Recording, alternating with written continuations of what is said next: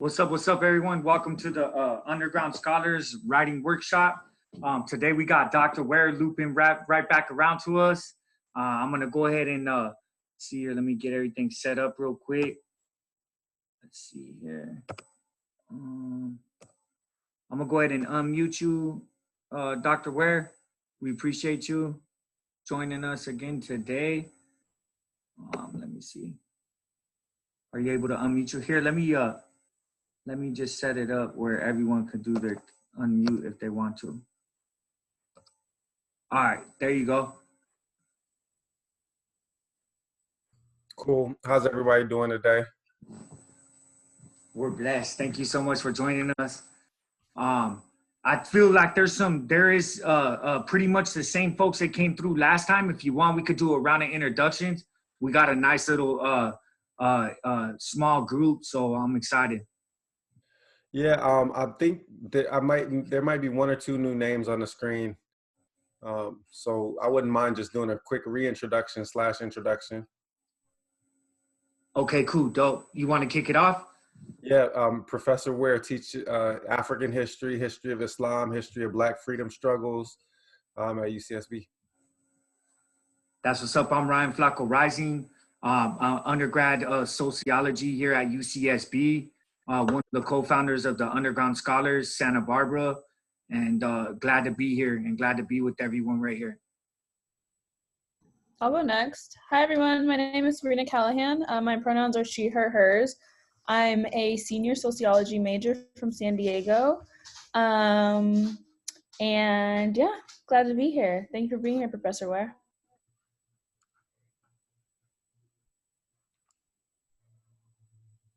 I can go next. My name is Jordan Fudgens. I'm a third-year sociology major, history minor here, and I'm excited for this workshop. Thank you for being here. Hi, my name is Jamilet. I'm a global studies major from El Monte. And yeah, I actually took a class with you in the spring. So glad to be here. Wait, which one? 49B. Oh, that's what's up. Yeah, okay. Pre-colonial Africa. Cool. I can go next. Hi, my name is Leilani, pronouns she, her. I'm a fourth-year sociology major from Gardena, California, and I also took a class with you, Professor Ware. I was gonna say, yeah, Leilani, I remembered your name from class. Welcome back. Which class was it though? They all run together after a while.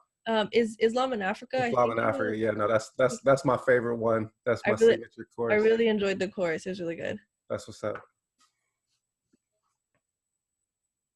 I'll go. This is Malcolm, a religious studies major at San Diego State University.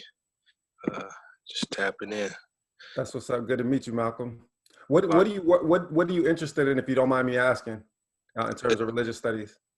Oh, my emphasis is Islamic studies with an emphasis in the Arabic language. But I'm thinking about double majoring and doing criminal justice as well, since I already got a lot of insight in that field. Gotcha. My paperwork, yeah. Cool. I think we only got Johnny left. There he goes. Okay. Yeah, I was gonna say I'll go next. What's it called? I'm Johnny. I'm from Santa Barbara, and I'm a senior, and my major is sociology as well. Just checking things out here. So, thank you all for your time, though, for being here. Yeah. So a couple weeks ago, we had started the kind of Freedom Writers, process by going through the post outline structure for how to, structure our writing so that we make the biggest rhetorical impact that we can.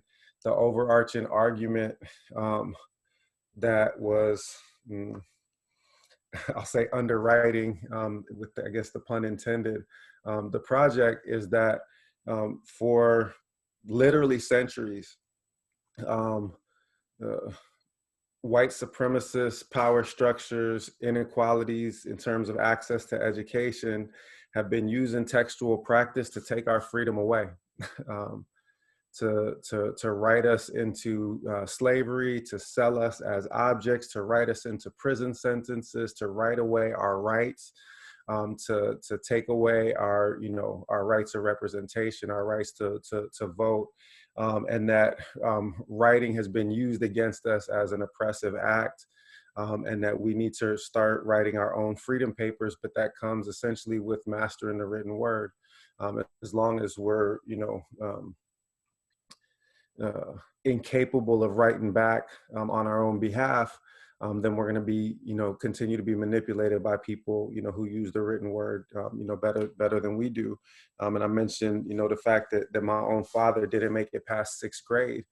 And, for that reason, people were writing him into corners and boxes and jail cells his whole life. And that's something that, like, we're trying to, all of us, at different levels and for, with different experiences, but a lot of shared experiences, are trying to break the cycle and take control over, our own destiny. If we have a family, if we're hoping to have a family, if we're hoping to contribute to our communities, and that means taking a pen in our hand and making it into a weapon, turning it into a sword. And in order for that to happen, like, it has to be sharpened, it has to be tempered, it has to become something that is capable of spilling not just like ink, but blood. Like, it has to become an instrument of war. So that means, like, paying a kind of attention to detail, to the craft of writing, that allows every single word that we inscribe on a page, when that needs to do work for us in our life, to do the work that it needs to do. And that requires a kind of discipline and effort that I didn't really get taught, in fundamental ways till graduate school. And I'm trying to make sure that y'all don't have to wait till you get all the way to graduate school till you start arming yourselves with some of those weapons. So Flaco Rising hit us with a draft of an essay that he's writing that is exactly one of these emancipatory texts, one of these texts that's designed to produce freedom. It's designed to shine light on the injustices of the system. It's designed to draw attention to the suffering of prisoners, and to tell, like, his own personal truth. And if I understand, and you can, correct me here, Flock, but what I got from it was that you've been asked to produce an essay that's about 4,000 words in length, and you've got a 9,000 word draft. Now, we talked through the post outline process, and we're going to go through the post outline process a little bit together today, but this is actually an excellent way to start this exercise. So I hope you'll be able to share your screen in just a minute so that people can see the draft, because we're actually you could share. Do you want me to? Okay, share? yeah. If you make me co-host, I gave you hosting power. So okay, you got. Yup. All right, I'm gonna do that real quick. So let me just see.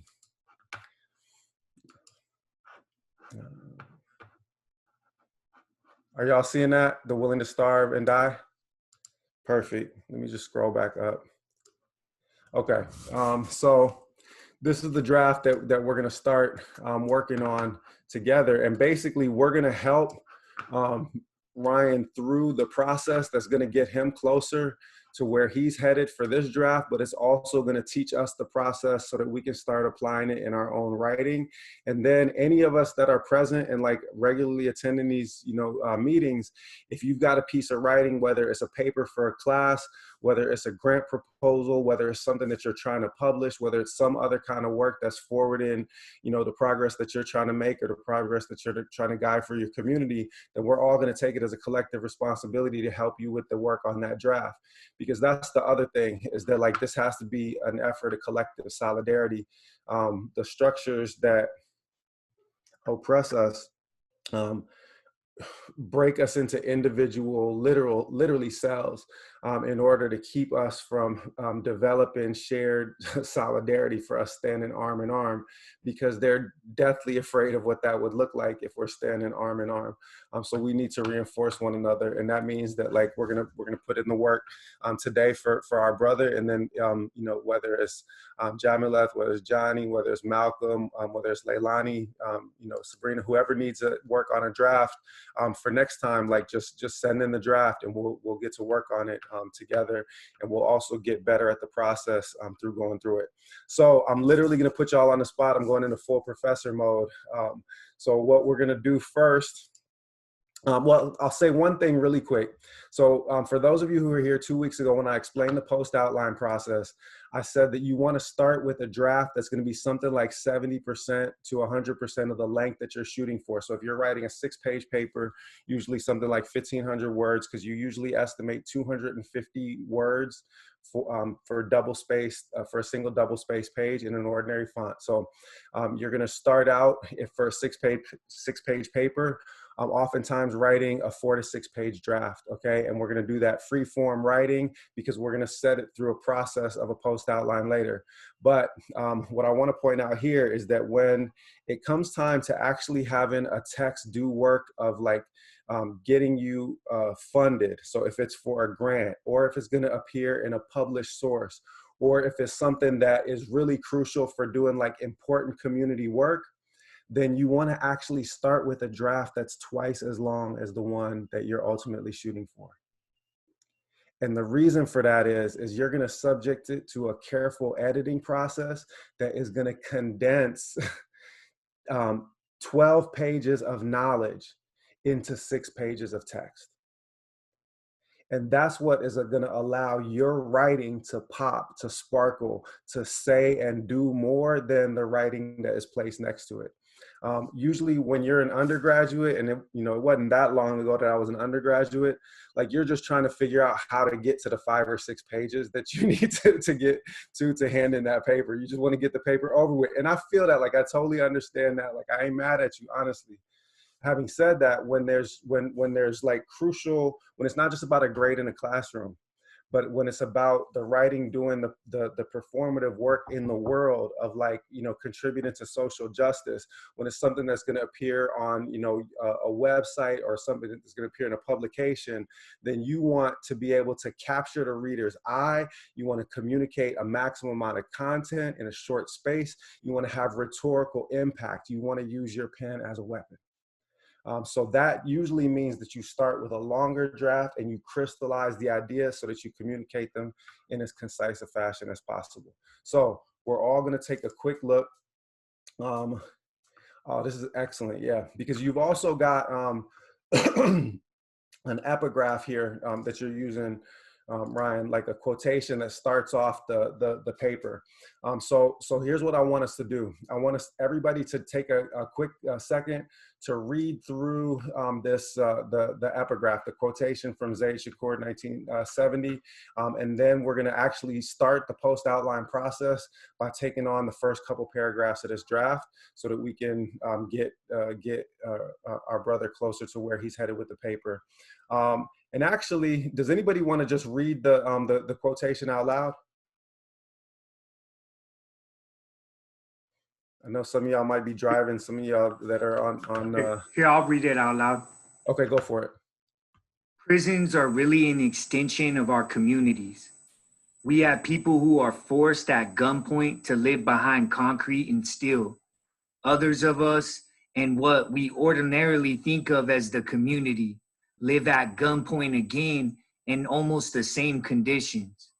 The penitentiaries, as they call them, and the communities are plagued with the same thing: dope, disease, police brutality, murder, and rats running over the places that you dwell in. We recognize that most of the militant, dissatisfied youth are off in the penitentiaries. 80% of the prison population is Black, brown, and yellow people. You look around and say, "What happened to my man? I haven't seen him for a long time." Then you get busted, go to jail, and there he is. Prisons are an extension of the repression. In these penitentiaries are the Malcolms, the Cleavers, the Huey P. Newtons, the Bobby Seals, and all other political prisoners. Now the inmates are moving forth to harness their own destinies. They're not relying on lying, demagogic politicians to redress their grievances. Of course, the courts didn't redress their grievances in the first place, so there's no sense in relying on them either. There's very little difference between the penitentiaries in California and those in New York, New Orleans, Alabama, or Chicago. It's the same system. America is the prison. All of America is a prison where the people are being held captive by the real art criminals. Zaid Shakur, 1970. Yeah. Okay, so that's extra hard. I'm gonna just turn it over to the group real quick before I bust in. What do y'all hear in that epigraph? What do you hear in the quote? What's our brother trying to do with that particular selection? And what's the function of using a quotation to start an essay in the first place? Professor, would you mind zooming in? Oh, Or yeah, enlarging sorry. Oh, the I didn't, text? okay, yeah, I thought you might have been in full screen. Let me try that. Here we go. Thank you. Yep, Perfect. let Thank me you. scroll down just a little bit. Sorry, my son busted the down arrow off of my keyboard. So I haven't fixed that yet. So like I'm literally just pressing like on an empty little square. There's like the little pad that's supposed to be under it, because he just be wilding out. Okay, so prisons are really an extension of our community. We're gonna almost get the bottom of it. Let me just zoom out just a little bit. Thank you. Yeah. There we go.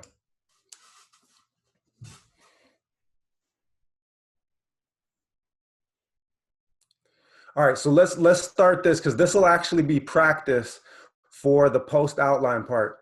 If you had to summarize the argument of this paragraph, because this quotation is also a paragraph, right? So if you have to get into our post outline structure right now, because this is part of the paper, so it's doing some kind of rhetorical work, it's making a statement. How would you summarize this paragraph with a single line of text that you're writing in your notebook when you're making your post outline?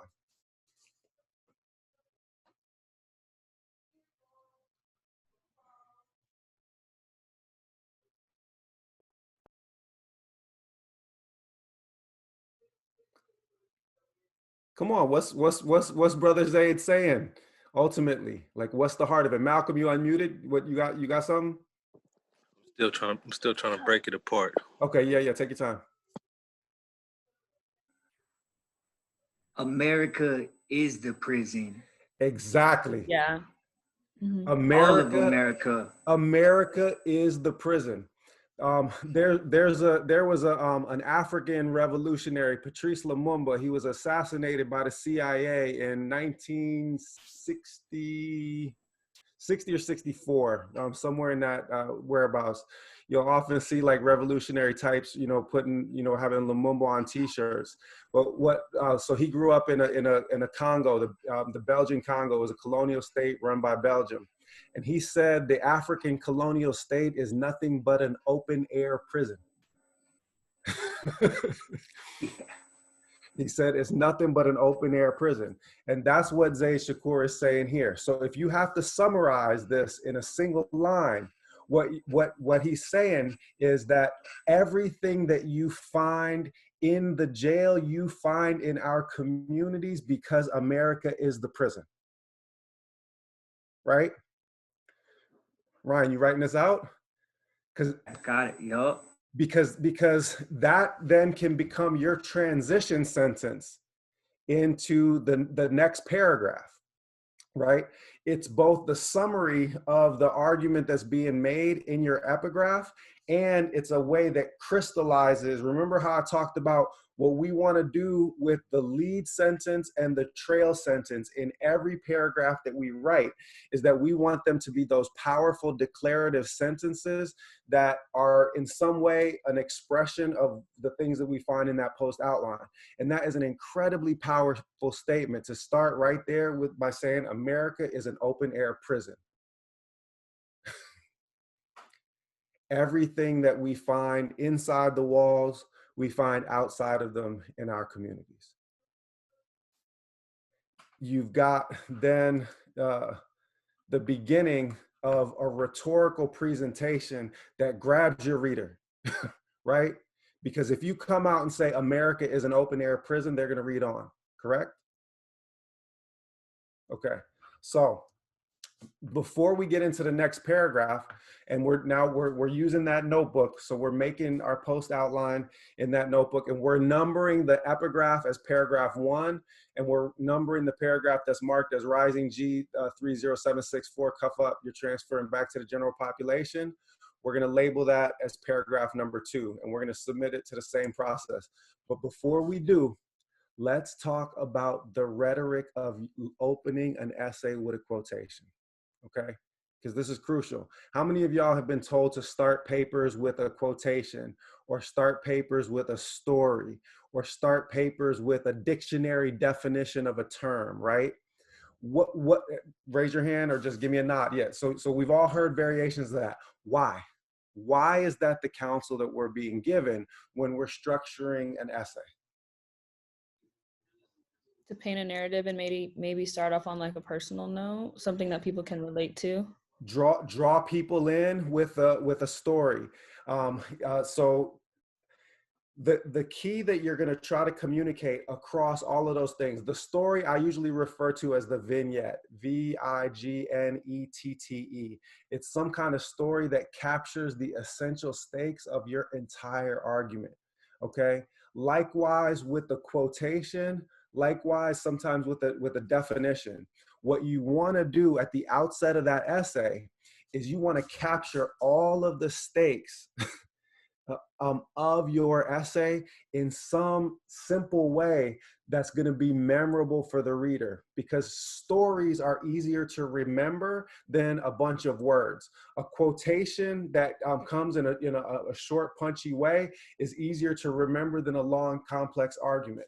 A dictionary definition of a concept is often easier to remember than a lengthy explication of it. So the one counsel I would give you already off the top is this is too long for an opening epigraph. Okay, it's excellent, but the only reason why our group was, well, in addition to like public, they didn't want to be wrong in terms of summarizing the argument, but the main reason why people didn't spit it out right away is that there's too much happening in the initial quotation. The payoff comes at the bottom of the quote. But the thing to remember about these kind of lengthy quotations is that you don't have to use the full substance of the quotation. You can use ellipsis, you can use the ... to take out sections that don't immediately forward the argument that you're going to develop in the paper. So if I was going to do that,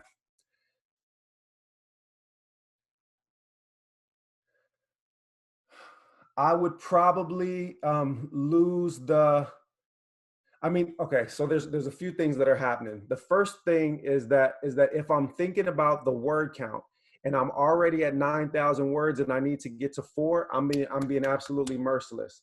This is another thing about using block quotes. It's another thing about using quotations in your paper in general. Understand that in every kind of writing, you are trying to develop an argument that is going to persuade your reader. And if you have a limited amount of space, a limited amount of space is always just a reflection of a basic reality, which is that readers have limited attention. Most of the people that are going to encounter your text are not going to read all of it. So you need to make sure that you are communicating as clearly and powerfully as you can, giving them a reason to read on, but also making things as concise as you possibly can. So and if that's the case, if we've only got 4,000 words, I am not giving 180 of them to someone other than me. A lot of times when you're thinking in terms of writing an undergraduate essay and you're thinking about how you stretch to get to those 5 or 6 pages, you're happy to let a block quote take up an entire page or 3/4 of a page. And again, I'm not judging. I get that. I understand it. We as professors see through it, but I'm not hating. I'm honestly not. But the point is if the idea is to make the impact that you want to make with the writing, then I am only giving somebody else my words when they communicate the idea more clearly, powerfully, and effectively than I could with the same number of words. Right? So if I'm actually looking at this piece, the ones where he said things that I can't say and that he's putting the argument incredibly clearly so that nobody has to reach for that summary, America is an open air prison, I'm going, prisons are really an extension of our communities. We have people who are forced at gunpoint to live behind concrete and steel. Others of us live at gunpoint again in almost the same conditions. So I would probably literally just do an ellipsis to take out of in what we ordinarily think of the community. And then I would probably take most of the rest of the body of the text out. If I needed a specific point, like about the crooked politicians, then I'm going to use it later in the paper in a smaller quotation. If I want something illustrative like dope, disease, police brutality, murder, and rats running over the places, I might leave that in just because it creates like a really powerful image and a true one. Man, don't even let me start talking about the rats and roaches in DC. Um, but I'm gonna lose most of that quotation, and I'm gonna come right down to the same system. America is the prison. All of America is a prison where the people are being held captive by the real arch criminals. You can basically cut from dwell in, sorry, I'm pointing with my finger as if y'all can see that. Here, y'all can see this though, when I scroll, ignorant. So you can see me circling over dwell in. If you put an ellipsis there, 3 dots, and then pick it up here with it's the same system. America is the prison. All of America is a prison where the people are being held captive by the real arch criminals. That sets you up, gets you right into the paper. If you have money that you need, that you left on the table in the words that are between there, right? So we recognize that, but see those like it's a lot of illustrative talk. It's, you know, a number of words are being expended without necessarily forwarding the argument. Because Flock, what are you trying to say in the overall, you know, piece? That's the crucial part of it, right? It's America is the prison. The community is the mirror of what happens on the other side of the wall. Go ahead.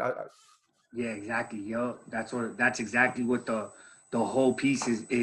And when we get down in there and we start dissecting it, this is when we decided we were willing to starve and die so America wouldn't suffer anymore. You know, like we were tired of all of America suffering, so we came together and we in our tombs where we were buried, we were like, look, we'll starve now. We don't want this to go on anymore. So that was like what I was trying to emphasize with this. That's exactly it. So you're taking action on the inside that's meant not only to transform circumstances on the inside and outside. So but on the outside. So from the rhetorical structure is that by breaking down the line between inside the walls and outside the walls, you're accelerating your argument. Right. And you're having this powerful quotation do that for you. You might, for your reader, just identify who Zaid Shakur is with that line instead of just giving a date, just so that it provides some additional context, just because that might be something that your readers can connect with. And I think once you do that, like you're off and running with the epigraph, you've made it as tight and punchy as you can. Nobody will be able to read through it and not get that America is the prison part. Okay, so now let's read the next paragraph, and you're starting with that other rhetorical device that we talked about, right? You're starting with the vignette, you're starting with the story. So let's just everybody take a minute. Let me just see. Yeah, okay. Sorry, I told you I don't have a down button. There we go. Yeah. Okay. Okay. Perfect. So we'll just start here, and we'll read down through this paragraph. We can quietly. We'll just take a minute to do that. Can everybody see it on the screen, or do some of the people who have their? I'm not sure if everybody's got it. Some people might be looking at their phone. Might be easy. In which case, I can read it aloud. All right. We'll just read it quietly.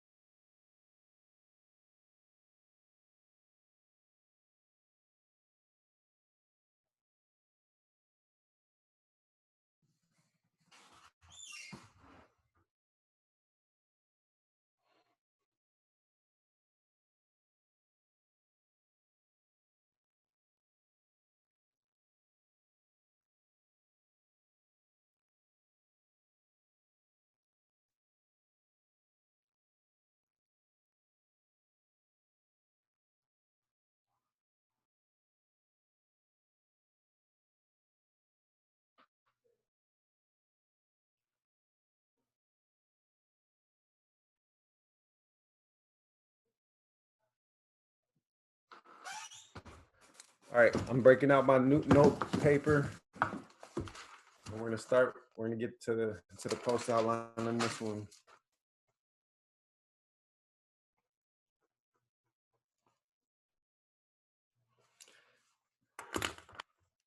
So before we ask for the single line summary, let's just cut to the chase and ask a simple question. For those of you who were here 2 weeks ago when we talked through the post outline, is this going to be one of those paragraphs where we have to split it into more than one paragraph? Yes. Why? What's happening in this paragraph?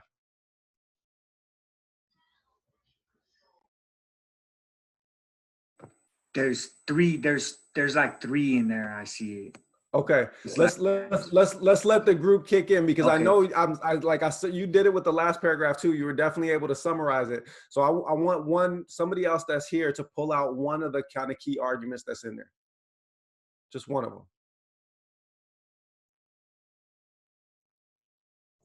Isn't he trying to, like, I know at the beginning he's talking about the prison itself, and then in the second part he kind of just talks about like that he's like willing to, he's willing to sacrifice himself for the community. Yep. And then I don't know if I'm making sense. No, you're making perfect sense. The first part is creating a picture of the circumstance inside the prison and what it's like in the moment where you're being put in general population. The second part is actually talking about like what is bringing about the hunger strike, and then the third part is talking about the fact that nothing had changed and you're back in 2012 where you were back in 2011. So there's at least three main ideas that are coming through in this paragraph. And because there's three main ideas that are trying to burst through in the paragraph, none of them is coming through exactly as loud and clear as it needs to. Like, you start painting the picture, the homemade shank put on lockdown for 30 days, and the food deprivation that comes after that. Like, for me, I'm breaking my paragraph at it was 2011. You see that? I'm breaking my paragraph at it was 2011, and I'm doubling down on the description that I'm given of this particular moment. Because you've got your reader by the shirt collar. No, seriously, like, you've got your reader by the shirt, collar when you're getting put in a jumpsuit and shackles and handcuffs. So keep them there, so that you can get them to where you need them to go. When we get to like the close editing process, we're going to start literally breaking this down word for word, but we're going to put rising. We're going to put cuff up.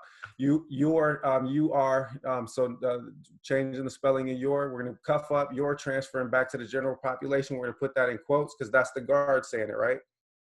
Okay, so we're going to put it in quotations, and then you're going to tell your story. And yeah, I mean, you might even, you might even linger on the image of, of what it feels like to be, like, locked up and witnessing a man getting stabbed in the neck. Because the point that you're later making, I mean, this is further down in the draft because I read through it earlier, but you make this really, really crucial point about human beings being herded and kept like animals, treated like animals, put in circumstances where they're encouraged to be vicious towards one another. If you understand that that's a rhetorical point that you're building to later in the essay, then you've got this instance right now where you can drive that image home. And once that image is driven home and spelled out clearly, then later in the essay, when you make that point about people being turned into vicious animals, all you have to do is allude back to that image of seeing a man get stabbed in the neck when you're just put in Gen Pop. Do you follow me? That's the rhetorical structure. In a very different way, Leilani, you were in the Islam and Africa class, so you guys were supposed to read the Walking Quran, my first book, parts of it. And you'll notice, you might remember this, but every single one of the chapters in the Walking Quran starts with a story. Every single one. And at some point in the chapter, I go back to that story, or at multiple points in the chapter, I go back to that story because it's part of establishing a relationship with a reader. The reason why the vignette, the story is so powerful is that human beings experience life as narratives. We experience life as stories. And it's part of our nature when we hear a story to identify with characters in the story. It's a completely different kind of writing than just explaining something to somebody. When you tell a story, it's like actually human nature to identify yourself with the characters in the story. We all become Flaco Rising when he is telling us that story from the first person perspective. We identify, we relate. So then when you refer back using some, when you're developing some argument or some concept that's crucial to you making the point that you need to make, you now have emotional capital that you have accrued with your reader. So this is part of where you lay the groundwork for that. You talk about learning quickly that this is a vicious place, right? But you can also at that point, like say a word about what that feels like as a human being. Yeah, Sabrina.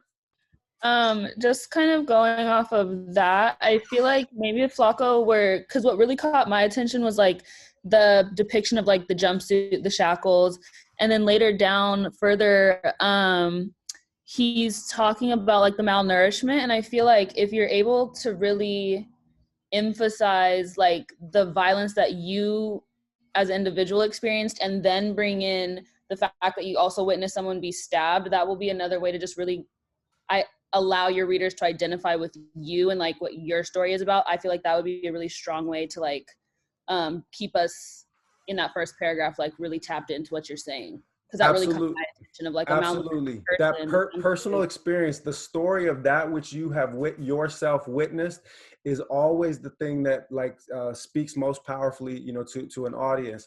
And those kind of illustrative examples like the hunger strike, you talk about making the lack of food make it angry and violent, and the COs immediately start the retaliation. Just take a moment, 2 sentences to like linger and clarify that again in a dramatically different register. When I tell the story, when I'm talking about Moses in the Quran and in the Bible, when he's fleeing from oppression, when he's fleeing from persecution, in the way that the African scholars of the Quran talk about it is they say that he was so hungry that his belly button was stuck to his spinal column. Right, that he was so hungry, like but the point is it creates this image that you can never forget, because like if you've ever been hungry to that feeling where like you literally feel like there's nothing left of your belly, like your belly button is like literally stuck to your spine, then that is an image that will stick with you. So give us an image to make us feel the hunger in that moment, rather than just pointing to it. Put, give it an experiential dimension so that we can feel it in our own bodies, because then when you come back to it, it has a completely different meaning. Go ahead. We ate cardboard soups. So we like took cardboard boxes and we like tore them up and we put the chili packs that the COs didn't take. And then like day 5, we had a cardboard soup, and me and Marcelli, we grubbed a cardboard soup because we didn't have nothing else, That, I mean, and that's really all you need to, that's all you really need to say, on the question. It really is. There's not a human being that, is going to hear that isn't going to then understand like where you're at. And if they don't, if they can't hear, that just means they dead-hearted or deaf, or like they're sick on the inside, because that speaks to like, something core in human experience. So that's your example, that's your illustration right there. Okay. If you put that into 1 sentence or 2 sentences, it'll do the work of 6 sentences that talk about the hunger strike. You follow me? Yeah. Okay. You're gonna take the first part of the paragraph and just like take us into to that moment. The quotation's a great way, you know, to start it, because you're now a number, you know, not a name. And then you're gonna get us into the hunger strike. What else do we have going? You said that you saw 3 things in there. I gave you 3 also. Were the 3 that you saw similar to the 3 that I saw, or? Yeah, so you split it at 2011.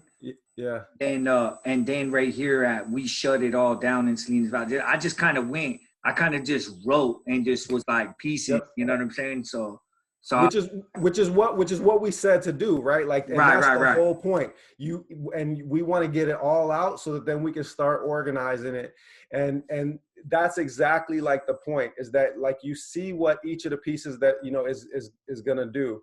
By the way, as we're now like, so if we were actually writing out the post outline on a piece of paper, and we've got this broken into 3. So paragraph 2 has now become 2A, 2B, and 2C, right? 2A and 2B, one about being reduced to a number and being forced to witness like the brutality of the environment. And then 2, being so hungry that you're eating cardboard soup. Those add up to another argument in and of itself.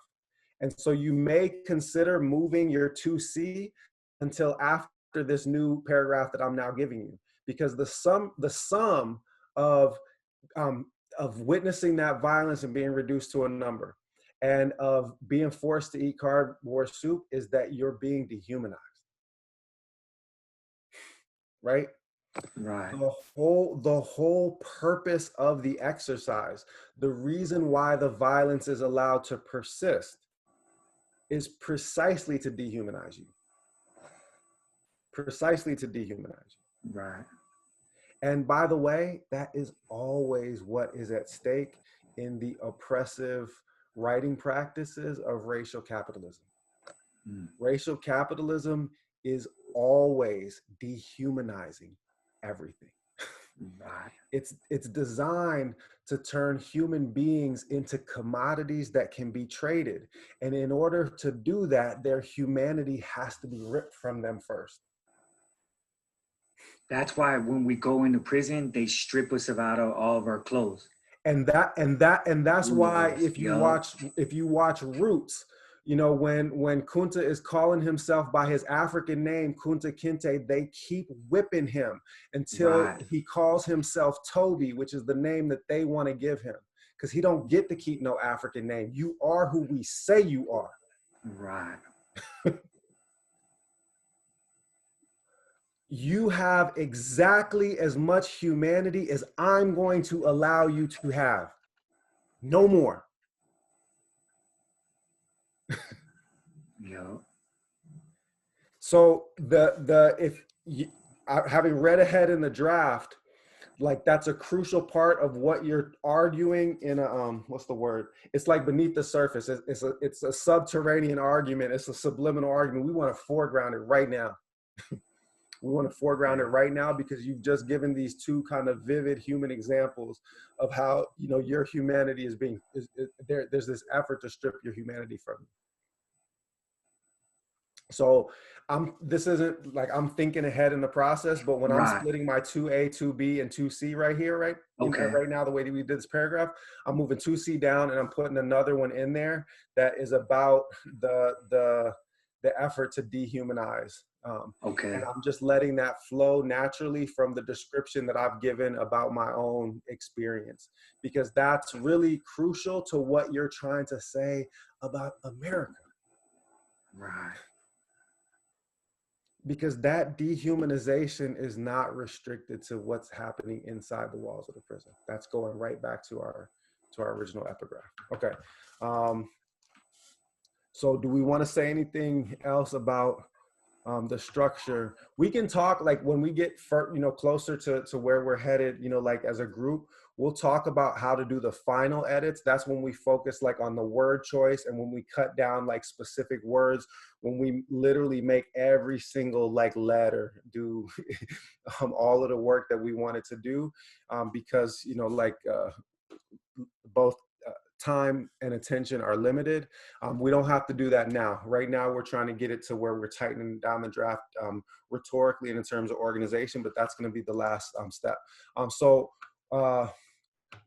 the agreement to end hostilities. Can you talk to us about where you see this in the text? Because that's what comes next. This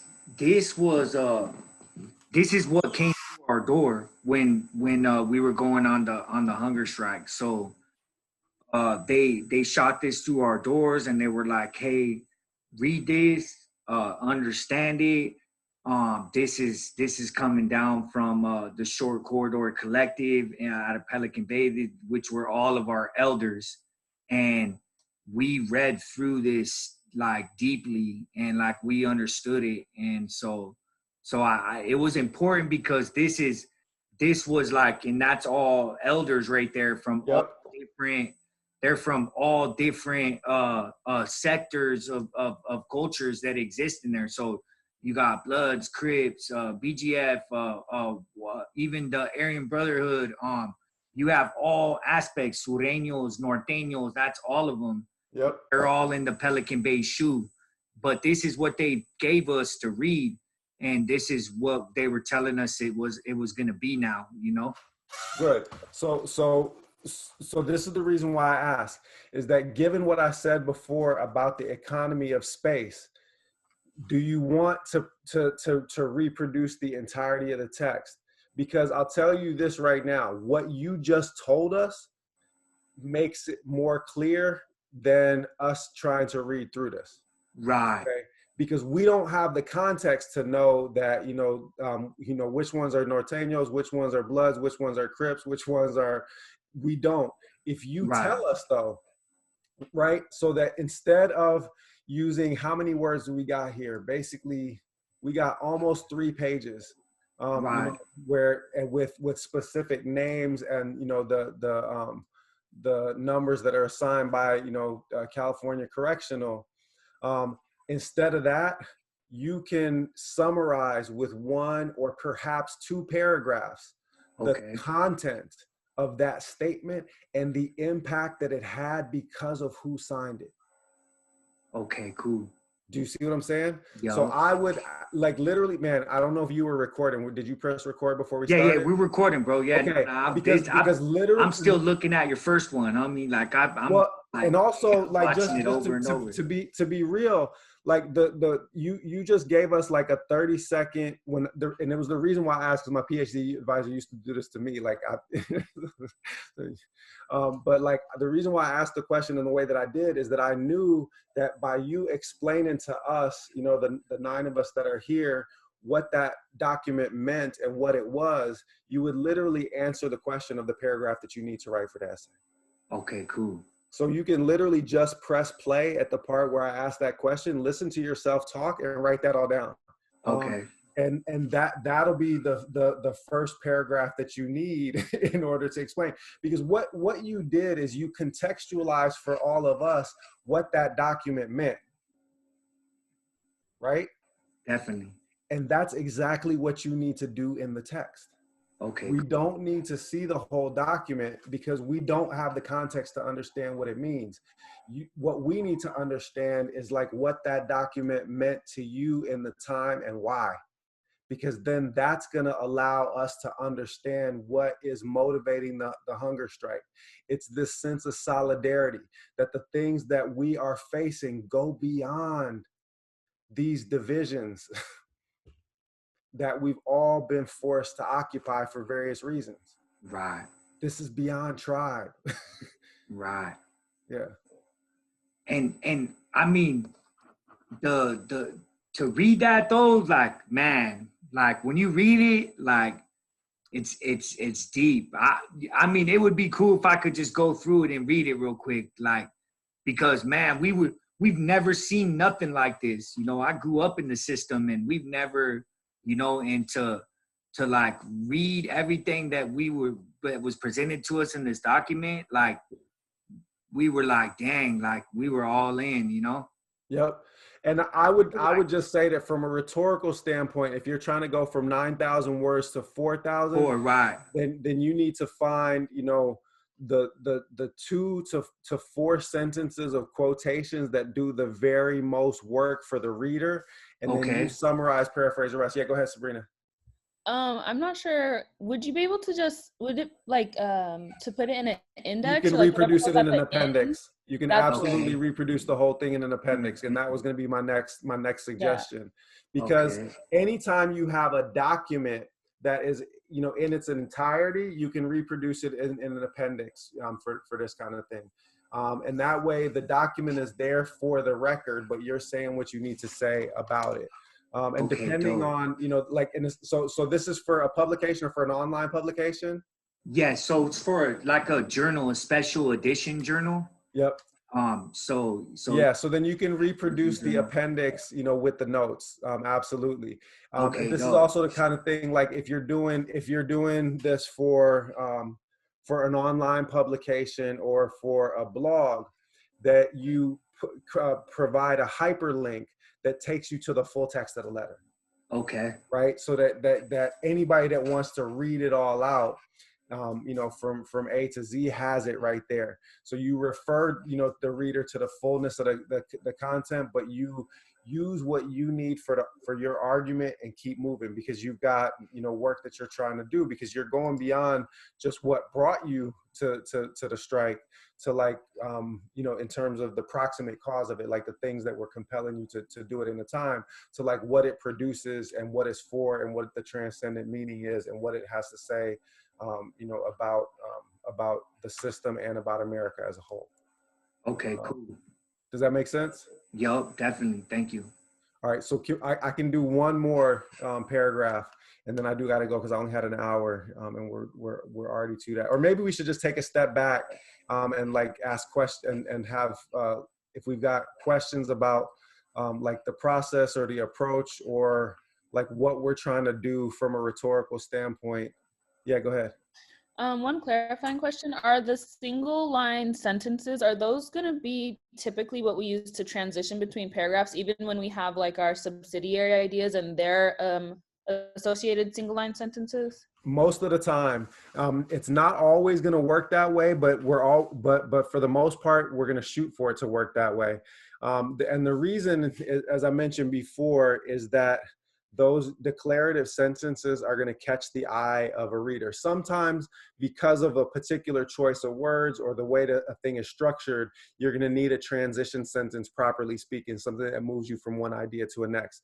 But whenever possible, you want to use something that gives short, concise expression to a complex argument to lead the paragraph or to close it. And again, like I'm trying to just, if we go back. Okay, so this is also another thing that I can just tell you. So I actually had a formula when I wrote my first book, and I pinned it to the wall next to my computer so that I would remember how to do it. So I would always start with an epigraph, okay? Every chapter, go to my first book, every chapter starts with a quotation, okay? Then the text starts with a story. Okay, so Ryan, you're already, you know, biting my whole style, but it's fine. It's all good. Now, but I would always start with a quotation, then a story. So I would tell the story, and the quotation would always have the core stakes of my argument in it, but the story would have the elements of my argument in it, but in a way that was memorable to the reader. I would unpack the story, and I literally wrote it on the wall, is that do not get past paragraph 4 without going back to the epigraph. So part of what you would then need to do in this instance, right, is once you've made the dehumanization real in paragraphs 2A and 2B, in what is going to become 2C about that, that's about that dehumanization, then you need to add to that argument that dehumanization doesn't just take place outside the walls or inside the walls. It started outside the walls to begin with. Do you see? So is that like And restating basically? yeah, so that line, America is the open air prison, that's where we busted out. We bust out America is the open air prison in paragraph 4, and we refer our reader back to the epigraph. That's what Zaid Shakur was saying. Like this process of dehumanization that had us hungry, that had us, surrounded by violence, that had us having our identity and our humanity stripped from us. That process didn't start the day that we enter lockup. That process started the day we was born. That process beat us here before we were born. America is the open air prison. And then, so because what happens when a reader reads a quotation there, it's like marinating with them. Like they're doing what the class was doing. Like they're trying to figure out what the quotation really means in an ultimate sense. They're not summarizing it in a single summary, because they only did that because I asked for it. Instead, people are processing like a bunch of words and what they mean ultimately. You by introducing the quotation, then setting up the story, you now bring them back and you tell them what that epigraph means. America is the prison. And now your paper's off and rolling. This is gonna be a bomb paper, Flaco. That opening like sentence of the jumpsuit, that was like, I instantly saw it. So it's gonna it really be a great is. And so now you have to but you got to take seriously that task. Remember, when we do the post outline, you're breaking it into the paragraphs. You need to go back and write the draft that does the thing that you want it to do. So you're going to go back in and paint that picture with a little more, elaboration. It might end up being too long. It might end up being 8 or 9 or 10 sentences, and we might have to ultimately pare it down so that it's punchier. But the point is, you want to get as much out about it as you can, write your way to clarity, and then we're going to sort through to get the 4 or 5, hardest hitting sentences so that it really, hits the reader. And one other thing, like about this, is that it's just as it's really crucial to pay attention to like the initial sentence and the last sentence in every paragraph. We don't have to go to this level of detail with every paragraph that's in the essay. But the beginnings and ends of things matter, right? The beginnings and the ends of things. So when I wrote the Walking Quran, if you look carefully at it, you can actually see my post outline in the book. If you just read the first sentence of each paragraph, you'll see my post outline. It's right there.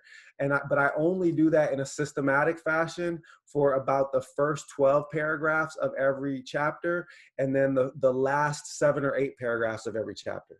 In the middle, I'm trying to stay focused rhetorically. I'm trying to, keep it tight, but I'm not subjecting it to the same kind of narrow scrutiny, because the beginnings and ends of things always bear more weight. So you want to have it laid out in a way that really hammers the reader, because then they're just going to follow you as you put in, place the other pieces of your argument, if you, arrange things in a rhetorically impactful and clear way off the jump.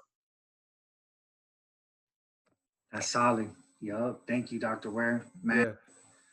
Yeah. And this, by the way, and I do have to go, but just for all of y'all that are writing essays, like right now for your classes or for whatever, like this is a tried and true, foolproof, methodology. Like it almost always works if you arrange things in this way.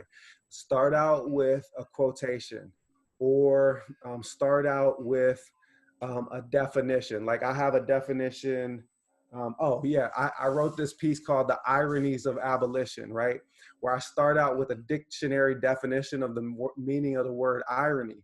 And then I talk about all of the different ways in which this process that was supposed to set people free ends up producing more bondage than the thing that it replaced, right? And that at every level, the freedom that was being offered to Black folks like ended up like reproducing, you know, more and more bondage. So that like it's just it is at best ironic freedom, you know, like it doesn't actually produce the thing that's advertised. So it might be a quotation, it might be a dictionary definition, but like, or you might just lead with the story. But one way or the other, if you present the rhetorical stakes of the whole argument in a cohesive way at the top, and then unpack them in your first 3 or 4 paragraphs, then tell the reader what your argument is, you know, clearly empowered, then you're good. So I got to roll out, but it's always fun. I'll be back next Friday if we want to get in further. When's your deadline for the draft? So next Friday is gonna be a holiday. Oh yeah, Thanksgiving. Yeah, so Friday. I have some time, so they want it in by like the end of December. Okay. They're gonna start rolling out in January the journal. So okay. So there's plenty of time here. I'm doing some of the you know, some of the nuts and bolts legwork, and then if somebody else has something that's due, you know, like in the early part of December or something like that, we could take on another draft in 2 weeks. If somebody's got a paper or proposal or something else that they're working on. Yeah, definitely. That's what this is all about right here. So please, if anybody has anything they got going on, it's priority. You know, this is just some publishing on the side of school. School comes first in this workshop. So cool. All right, y'all. Stay blessed. We'll see y'all in a couple weeks. Likewise. Yeah, and thank you. We appreciate you, Dr. Ware. Everybody stay COVID safe, man. It's wild out there. Man, you ain't lying. Yeah, definitely. Yeah. For sure. All right. And thank you. We appreciate you. Oh yeah, I forgot. Hold on, I gotta stop sharing my screen. Here, yeah, I got you here. What I'll do is okay. All right, y'all take care. Oh yeah, I think you got me as the host now, so I don't want to. Yeah, here, let me take that back. Let me see here real quick, so it doesn't. All right, yep. All right, cool. We'll see y'all. Take care. All right, Dr. Ware, you take care. So yeah, so that was the process right there for the day. I kind of want to read through some of that just so you guys could get some of that, you know what I'm saying, stuff that especially like the agreement to end hostilities and some of the stuff that was written in there. So let me see real quick if I could pull that up. Let me see real quick.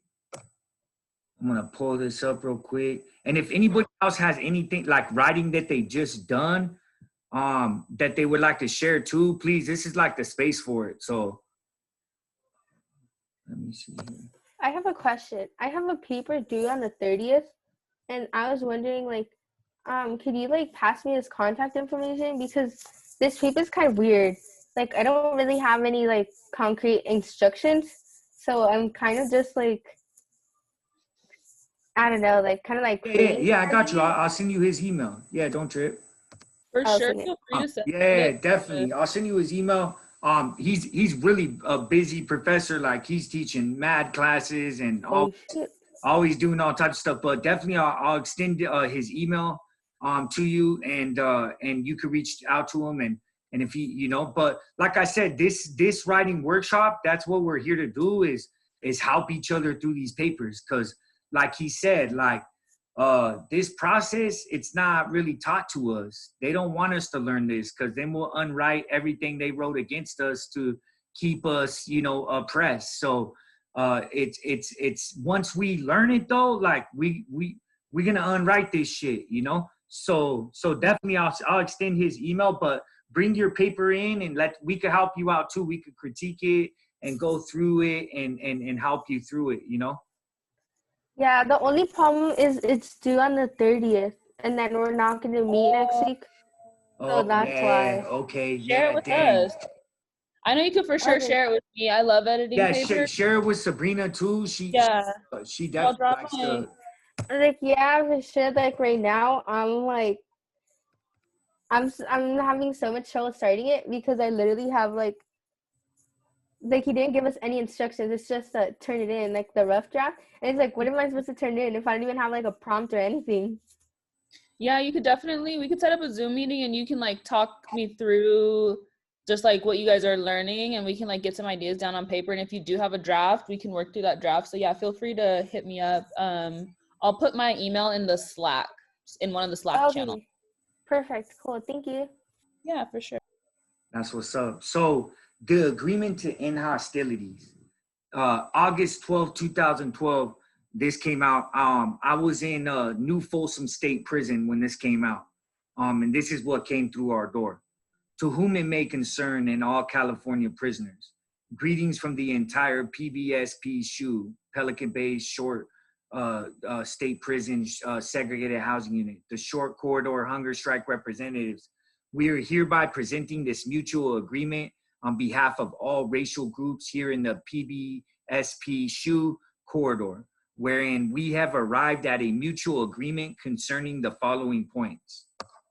If we really want to bring about substantive, meaningful changes to the CDCR system in a manner beneficial to all solid individuals who have never been broken by CDCR's torture tactics, intended to coerce one to become a state informant via debriefing, and now is the same for us to collectively seize this moment in time and put it into more than 20, 30 years of hostilities between our racial groups.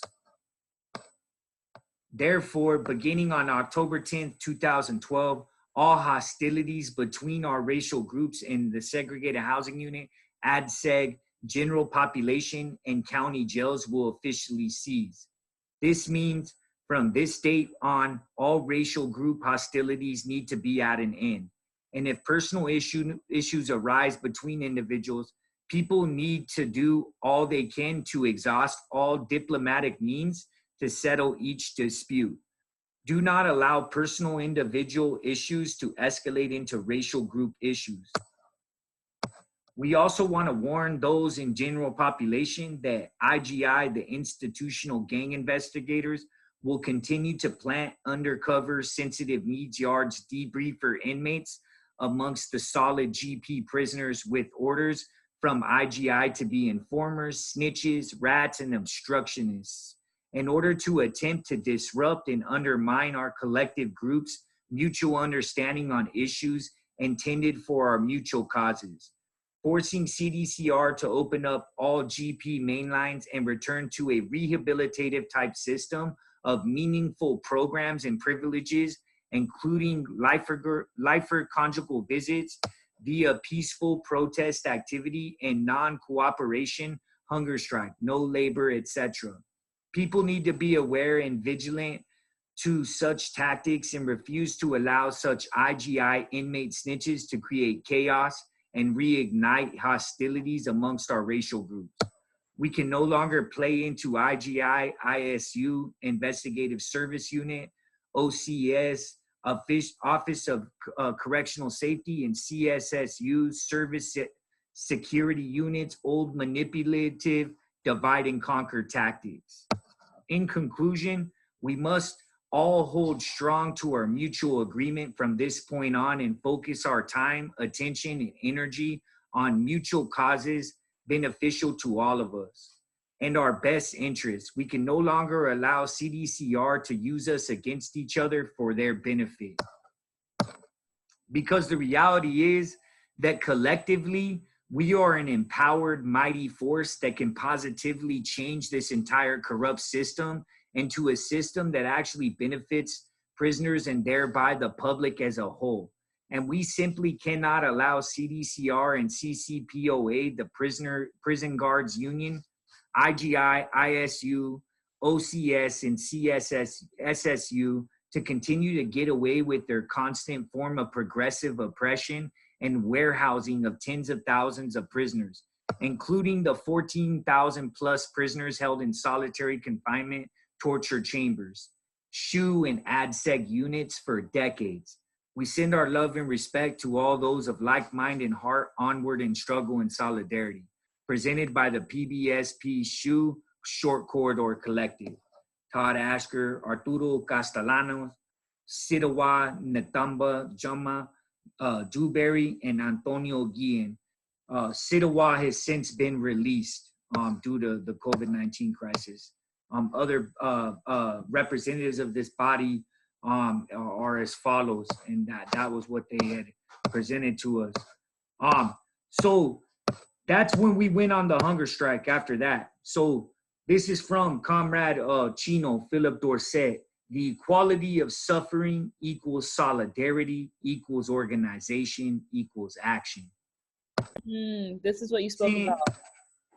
yeah, Yes. the most recent one that was just put out, this has came out just recent, and it's just a little follow-up.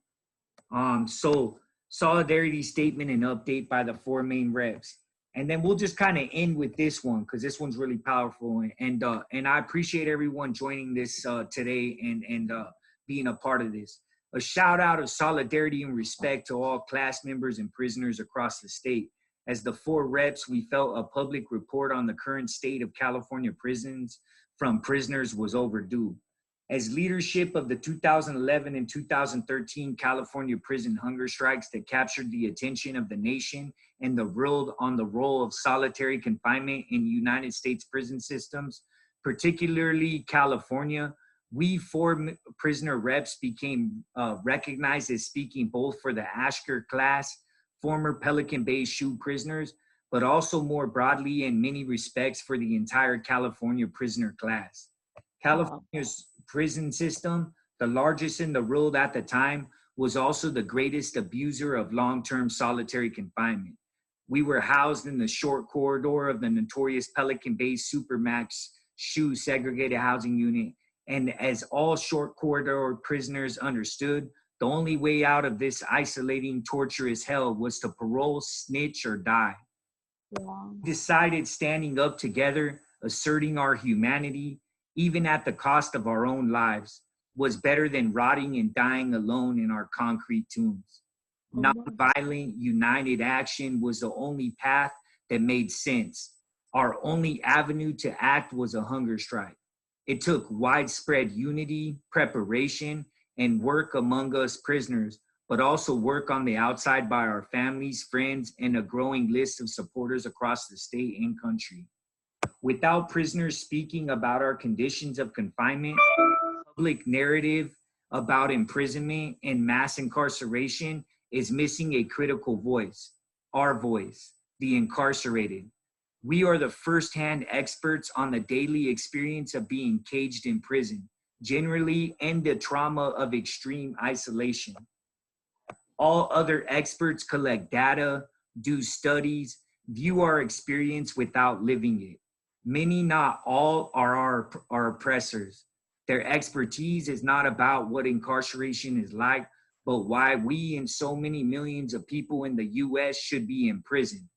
No voice has more expertise about the experience and impact of incarceration than the voice of prisoners. Here we make 5 points. First, prison in the United States is based on punishment, not rehabilitation. The United States has the largest prison population in the world and the highest percentage of a state's population housed in cages. We are held in punishing ways that cause fear, emptiness, rage, depression, and violence. Many of us are more damaged when we leave prison than when we enter. According to the National Reentry Resource Center, a high percentage of state and federal prisoners will be released back into society. National statistics indicate that there is a high rate of released prisoners returning to prison. All of those who leave are older, some smarter, but all of us are less able to be productive in the society at large or good for our communities or our families. It is very hard for former prisoners to get jobs. Prison presents an opportunity for society to rehabilitate or help people. Many of us could use support services. That opportunity is lost and buried by a vindictive ideology of punishment. Rather than us being hypervigilant, concentrating on violence, dangers, our fears, and rage, prison could be a place to engage our minds in useful jobs and job training, with classroom for general learning, training in self-awareness and understanding, anti-addiction approaches. Instead, we are mostly just warehoused, sometimes in dangerous yards with angry, frightened, vicious guards. California's Governor Newsom has the opportunity to help institute a massive prison reform movement. Second, California likes to think of itself as a progressive national leader, yet in sentencing, California is among the harshest in the nation. In California, a life term is given for second-degree murder. Second-degree murder is a non-premeditated killing. Only 17 states are that punishing. 2/3 of the states in the US federal system give a flat 15 years. And I'd like to throw in Philip Dorsett right now is serving a 25 to life sentence on a gun enhancement.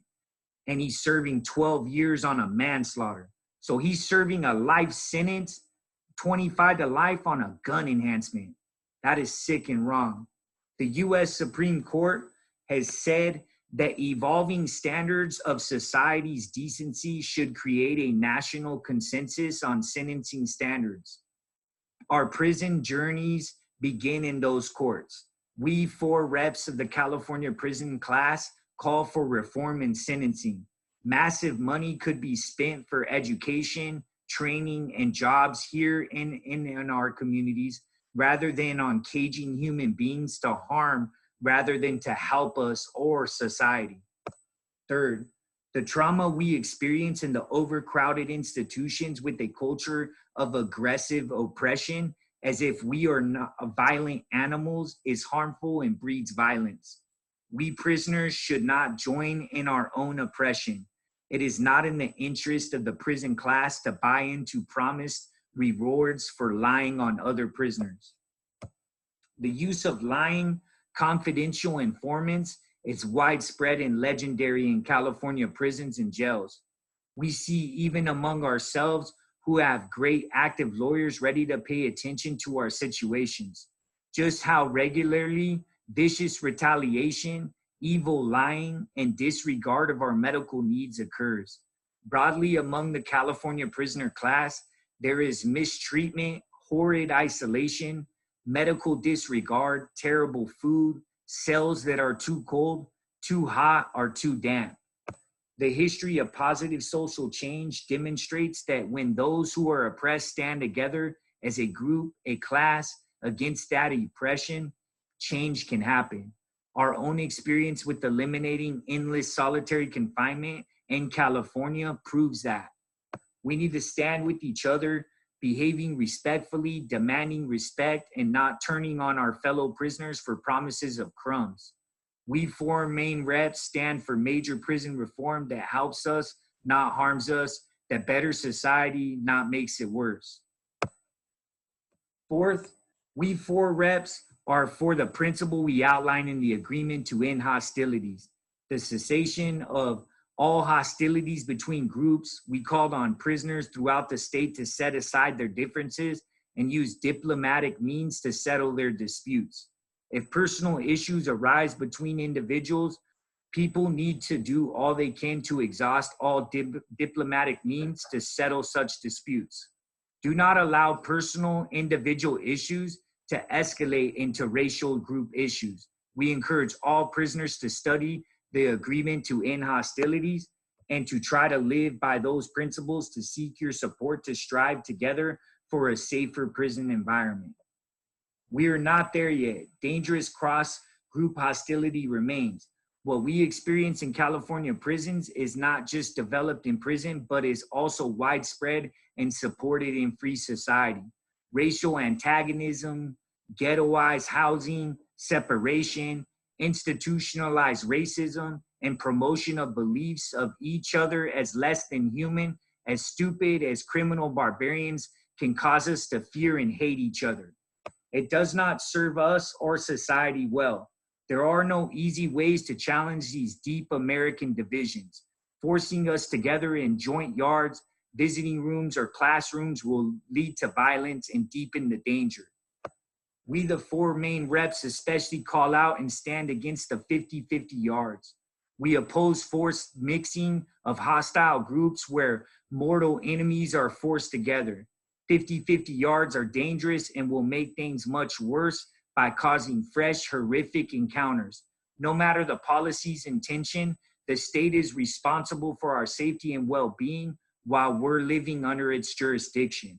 We are entitled to respect and safety. We seek what we are entitled to. The 50-50 yards as a CDCR policy provokes violence. At this time, we endorse separate yards, separate programming, and separate visiting. We also call on California leadership, Governor Gavin Newsom, and the State Assembly and Senate to implement policies that encourage and grow support for the agreement to end hostilities that do not include 50-50 yards or forced interaction, but rather engage our minds and energy with productive jobs, education training, major prison reform to a genuine rehabilitative system. Fifth, the guard culture, especially in the yards, is vicious and provocative. Here where we live, the guards do not care about our safety. The guards get extra pay when there is violence. It is in their financial interest to promote it. Not surprisingly, guards regularly provoke disputes. Many enjoy the resulting violence. California Correctional Peace Officers Association, the powerful guards union, is led by men who for the most part consider prisoners less than human. The CCPOA, by their network and behavior, supports the use of setups, targeting, lying, and isolation for random punishment. This intentionally causes widespread fear. The CCPOA is one of the most politically influential organizations in California and holds many righteous political leaders hostage. The CCPOA members benefit with large overtime pay, bonuses from violence and lockdowns. Only if prison reform becomes a widespread demand of California voters can the influence of CCPOA be challenged. We need our families, friends, and communities to build and extend our allies and develop strong support to vote for politicians who recognize our worth and are for widespread serious prison reform and an end to brutal warehousing that endangers society every day. CDCR and California itself are legally responsible and accountable for prison conditions.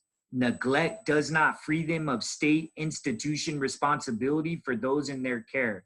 The guards union should not be permitted to purchase power for abuse. California citizens need to vote for prison rehabilitation as a priority. Money for teachers, instructors, prisoner jobs instead of lockdown, overtime, and more guards. Finally, we close with an update on our legal challenge. Our class action constitutional challenge to long-term solitary confinement was filed in May of 2012. We won a landmark settlement on September 1st, 2015 that resulted in thousands of people being released from the shoes across the state. The settlement also gave us and our legal team the right and responsibility to monitor whether CDCR is following the requirements of the settlement for 2 years. The monitoring period was set to end in 2017, but in January 2019, U.S. Magistrate Judge Illman granted our motion to extend monitoring of the settlement agreement based on ongoing systemic constitutional violations and CDCR's use of confidential information and in its reliance on past gang validations to deny parole. Magistrate Judge Illman's order extended our monitoring for 12 months. CDCR appealed and asked the court to suspend monitoring pending the appeal outcome. U.S. District Court Judge Wilkin intervened and allowed us to continue monitoring pending any appeal outcomes. Our legal team has 2 pending appeals that CDCR has filed seeking to overturn the lower court orders in our favor. One appeal covers the extension of the monitoring as discussed above. The other covers enforcement of the settlement agreement regarding conditions of confinement and level 4 prisons and the RCGP, Restricted Custody General Population Unit.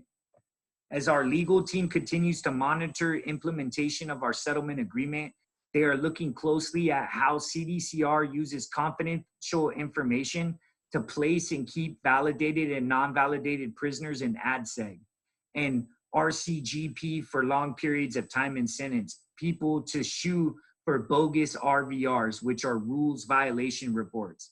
They are also trying to keep track of how validations continue to impact us, especially when we go before the parole board.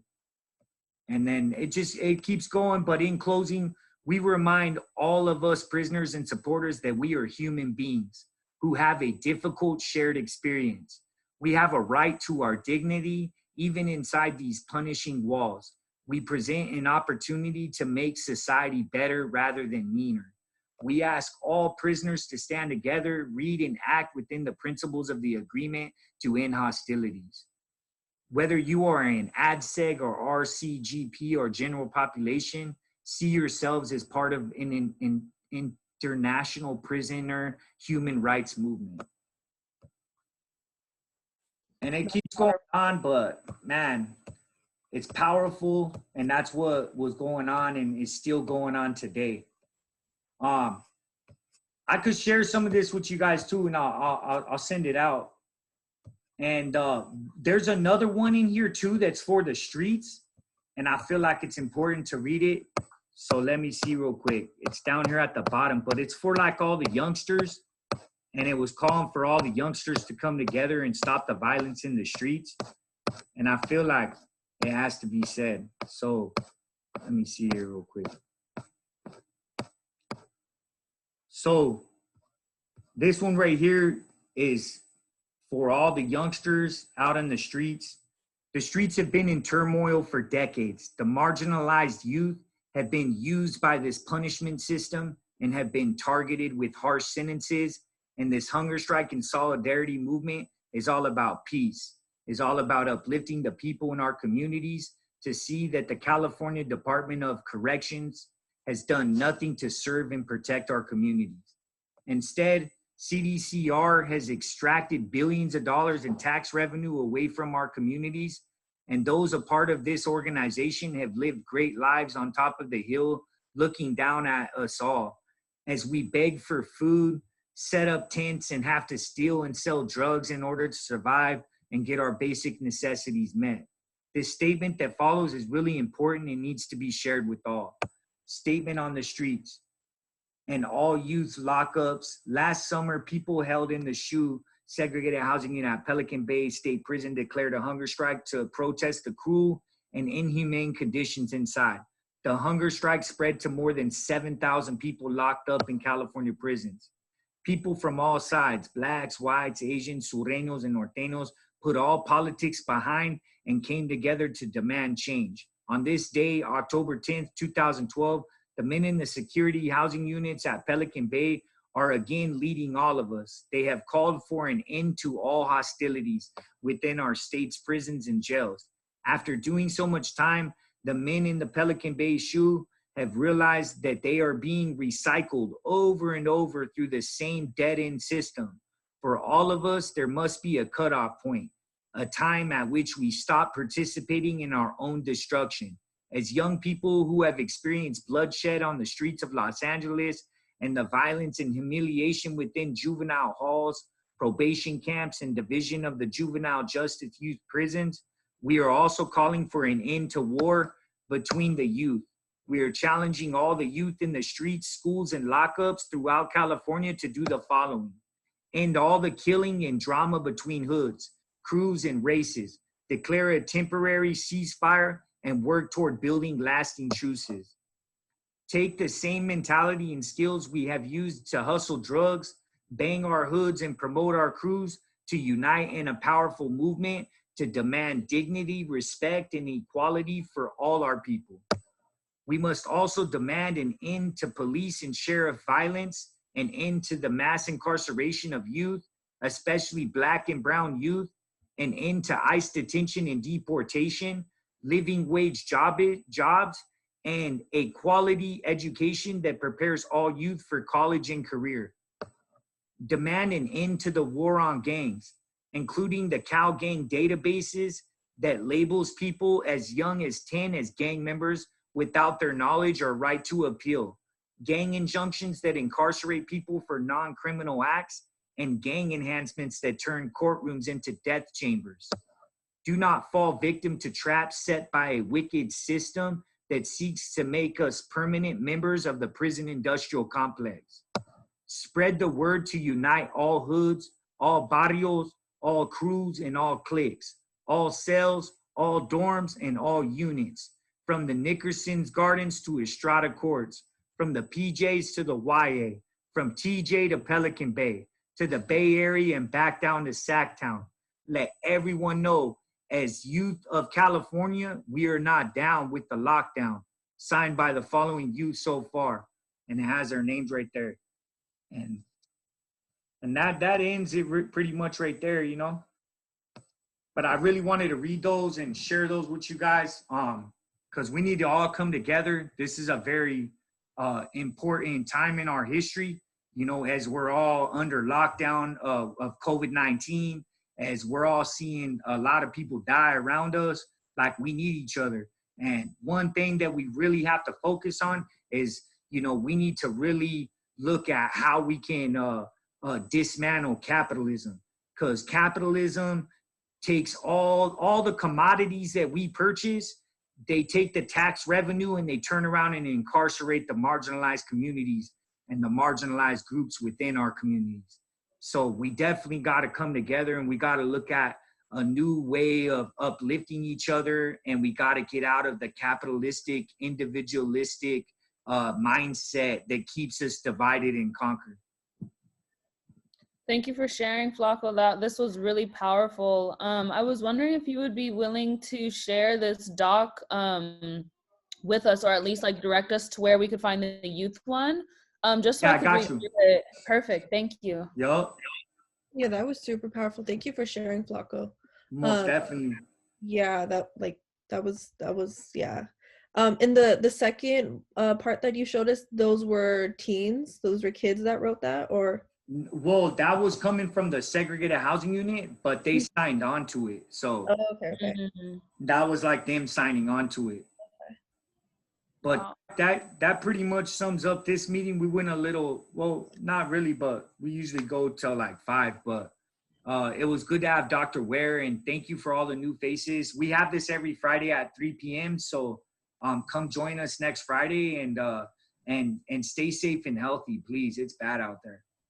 Stay safe, y'all. Wait, will we be here next Friday, or is it the Oh Friday no, after? not next Friday, the following Friday. Thank you for clarifying that. Yeah. Yeah, most Following definitely. Friday. Enjoy, happy holidays. Enjoy your families. If you are gonna be with your families, be safe. Definitely. Thank you, Flaco. Today was amazing. Thank you so much. All right, awesome. Take care, everyone. Stay safe, y'all. Bye. Later, man. Thank you. All right, Johnny boy. Take care, homie. All right, you too.